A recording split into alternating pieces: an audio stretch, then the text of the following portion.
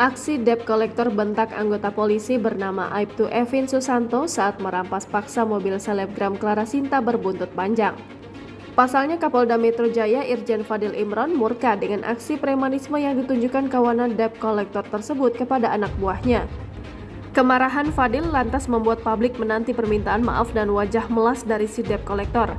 Setelah melihat anggotanya dibentak debt collector dalam video yang viral di media sosial, Fadil mengaku mendidih darahnya.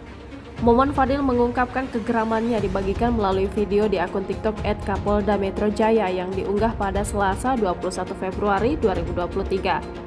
Usai mengungkapkan kegeramannya, Fadil langsung memerintahkan jajarannya untuk segera menangkap debt collector yang membentak Evin.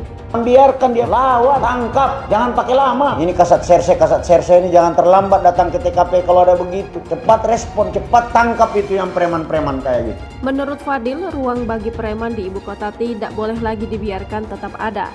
Selain itu, Fadil meminta kasat serse untuk tidak terlambat mendatangi tempat kejadian perkara jika ada debt collector yang melakukan aksi premanisme. Selanjutnya, Fadil juga meminta jajarannya untuk menindak tegas debt collector dan perusahaan leasing yang masih melakukan tindak kekerasan.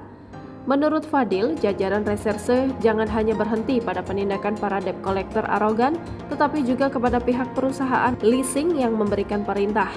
Lebih lanjut, Fadil menegaskan bahwa debt collector yang melakukan kekerasan dan meneror masyarakat tidak boleh lagi ada, sebab hal itu akan menimbulkan keresahan dan dapat memicu terjadinya konflik yang tidak diinginkan.